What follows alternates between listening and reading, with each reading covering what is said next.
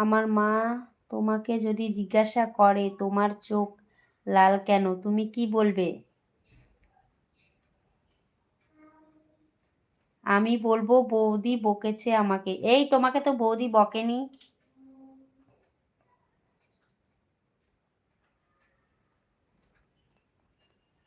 না ভাই, তোমার কি বুদ্ধি! সত্যি পাকা পাকা, একদম পাকা ছেলে।